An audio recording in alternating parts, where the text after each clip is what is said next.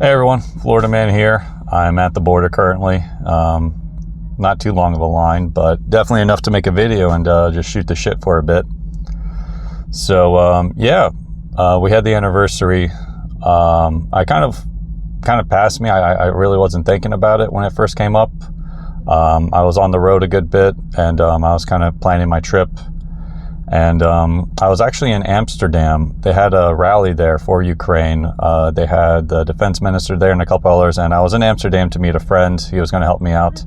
Добрий день. Треба. А що? Сигарети треба? А, ні, немає. Ні, я продаю. Я не курить. Спшираю. Я не курить. Да. Asking if I wanted to buy cigarettes. Yeah. So basically, it was kind of interesting. I feel kind of bad. I felt actually kind of bad because I don't feel bad. Another year, a lot of people are upset. At the rally, I saw that there were a lot of people concerned and everything, but I was kind of happy. I was happy to see my friend. I haven't seen him. He came out. He was a Slovakian volunteer who moved all the way out to Amsterdam area as a carpenter, and when I was working at the forge, he hit me out and asked me if I wanted to go and help him, or if he wanted to come and help us, and I said sure. So he drove all the way out, and charismatic, fun guy. We had a good time out there, and we kept in contact afterwards. But we're at the rally, and it was just great to see a person I haven't seen in like 3 years, and he's still trying to help Ukraine the best he can. He sends money. He has his own little projects he's trying to do.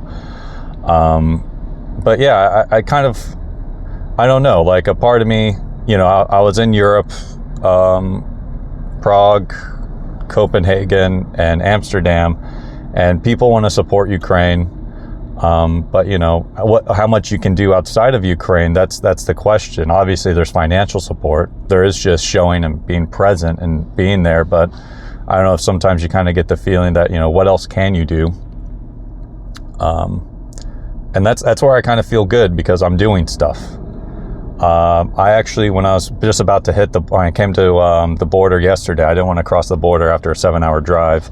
So I stayed at some person's place, but I actually unknowingly stopped at the same rest stop right before I went into Ukraine the first time over 3 years ago. And it was kind of surreal being there again, because when I first came over, I had no idea what was going to happen. I had no idea what I was going to do, and I didn't know if I can help or what was the whole reason of me going to Ukraine in a way of like being productive and being helpful. So, just being there and just kind of realizing where I am now and what I get to do and how it actually turned out. I was actually quite, I wanted to make this video there, but I want to get back in Ukraine. I don't want to, waste more time. So, it was kind of, that moment that realizing that, you got to help people. You went into Ukraine, you met some good people, you got some good projects going now. But of course I know, my input into the wars is beyond minuscule, beyond, that's everyone. I mean, it's a Leviathan, states are Leviathans, and just how small we all are in this effort. But knowing that I actually get to help contribute and I get to help other people and that I've helped people on the front, it was something where I had no idea if I was ever going to do that. And this anniversary, I was in Copenhagen, and there was an event I got invited to. I was found out this one group called Bevæget Ukraine, Resilient Ukraine, and they invited me to their event. I got to talk a little, but the idea of the event was talking about resilience. 4 years of resilience in the war, and that kind of, it was a nice event, and we got into it, and I really thought about that. What does it mean to be resilient, and how do you deal with stuff? And I think, the resilience of the Ukrainians is quite commendable, and what we've been going through in Ukraine and what everyone else has been going through has been quite severe. And I don't know, like part of me, beforehand, I was in, before I started all this, went to Ukraine and everything, I used to be a caregiver for my mom. She got diagnosed with ALS many years ago. And anyone who doesn't know what ALS is, it has a couple names. Common name is Lou Gehrig's disease. I believe in the UK it's called MNS or something, SMN or something, motor neuron sclerosis. I think that's the other term they use for it in the UK. So that's what like Stephen Hawking had, the guy in the wheelchair. There's many different forms of it. If usually the younger you're affected by it, the slower the pace is. But when you get it older, it's a pretty fast death sentence, or not that fast. It's probably one of the worst ways you could imagine dying. And that's basically losing control of your muscles slowly and gradually. And there's limb onset, and then there's like internal onset. And unfortunately, like I would probably prefer to have internal onset, because the idea is that your internal muscles give out before your external muscles. So you pretty much lose your ability to breathe before you lose the ability to wipe your own ass. It's a lot worse when you lose the ability to wipe your own ass, but you know, you kind of just have to sit there and just let other people do it.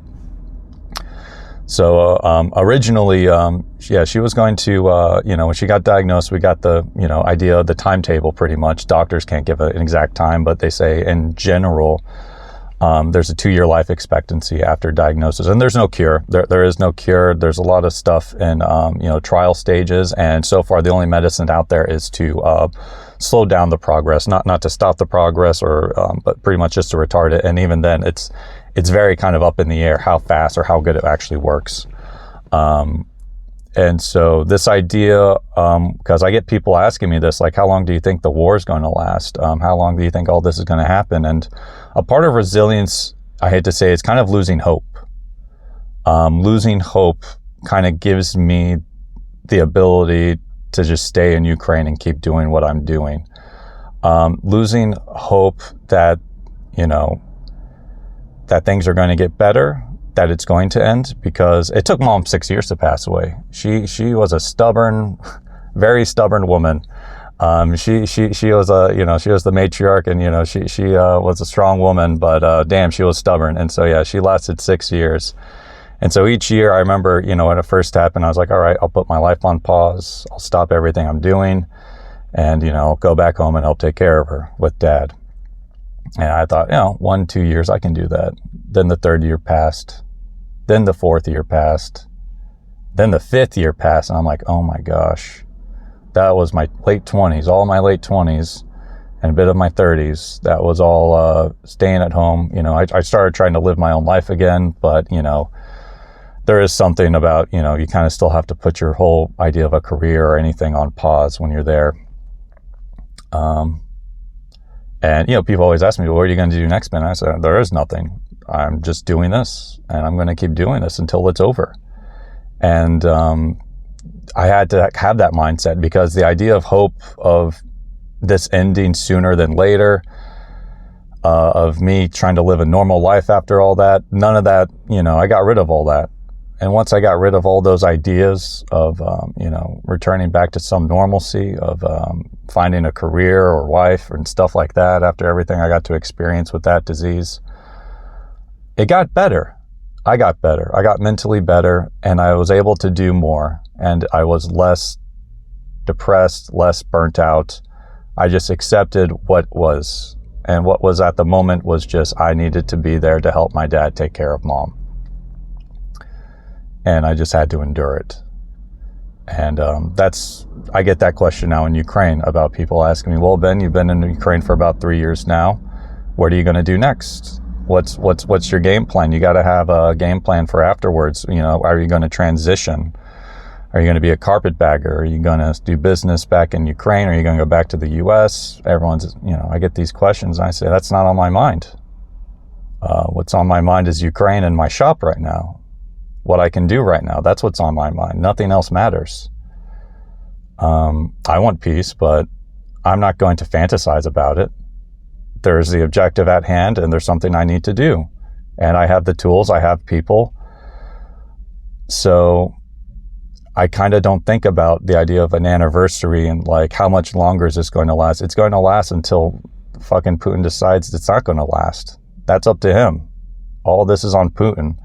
I have no input on that. I mean, I have an input to help Ukrainians stop him, but I have no input on actual Putin's decision to stop the war.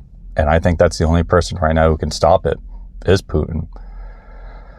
So I just help the Ukrainians, help the Russians understand to lose their appetite for land. That's all I can do. So I don't regret coming here. I don't regret coming here one bit. And I kind of made that self-promise, once you're here, Ben, you're here. This is your next chapter. You're not pulling out. You're not going to go, reinvent yourself all over again, do it somewhere else again. And, and I kind of almost had that last year. I kind of had that realizations like, wow, Ben, you went to Ukraine, you helped a blacksmith, you helped him get supporters, and you helped his forge run. And I was like, is that it? Am I done here? And, part of me understood, no, this is just kind of the beginning. This is you finally understanding how to navigate the system, you kind of understanding what it's like over there. And you have the opportunity to now be a force multiplier instead of just being you, kind of just figuring things out. So yeah, I'm heading back, just about to cross the border. I'm looking forward to being in Lviv this year, looking forward to see what we can do with the shop.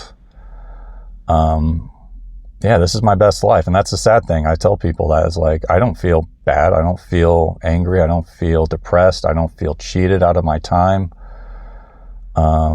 When I was taking care of my mom, I already told people, like, I'm already living my epilogue. The life I could have lived on my own or decided how I wanted to live on my own, that's over. Now I kind of just put my life to where I think I'm best suited. And this is where I'm best suited right now in Ukraine. And I enjoy it. I mean, it sucks at times, of course. It sucks being at the border. It sucks having to deal with bureaucracy. It sucks dealing with certain people, but I can't imagine a better life for me right now. I could be back home in Florida and just be a effing couch potato. I mean, I got to do that for 2 months. That was real nice, but that's over. So now it's back to the shop. So yeah. No, I mean, the anniversary again, I mean, you can call it an anniversary. Anniversary sounds nice. But yeah, another year of this. If I had to bet, I would say 2 more years. I'm thinking this year can only last 2 more. Both sides are really exhausted. It's getting really bad. And of course, the new reports coming out of Russia just seem god-awful about the sheer desperateness of how bad, like, they're just picking guys up and, how they're utilizing them. It seems absurd how they can actually function as a military like that. But I guess that's what happened when you have a society like that. I guess that's one of the perks of such a bad society, or such a distrustful, horrible society, is that, it can run horribly and still not collapse. But yeah, so I got myself a nice book. I'm just going to sit here and read another second chapter, or second book in the series. I highly recommend people read. If you ever want to come to Ukraine, start reading. It's a good way to learn the language. It helps with the grammar. And cool thing too, when I was in Prague, and just recently when I was dealing with a lady trying to talk about getting a document, you can understand other Slavic languages pretty well. You don't need to, I could understand people in Prague pretty well, and I didn't, I never studied Czech. And it's just the Slavic language overlaps. It's kind of nice. So if you come over to Ukraine, just spend a little time reading. At least know the alphabet. You'd be surprised how easy it is to pick up some words around here. But yeah, I think that's it for Florida, man. I can't wait to get back to Lviv. I'm looking forward to that drunken cherry and, getting back to my shop and seeing how much of a mess they left for me. But that's the fun part, Carpentry work ahead, power stations ahead, the ground drones are ahead. So yeah, I'm excited for that. All right, Florida man out.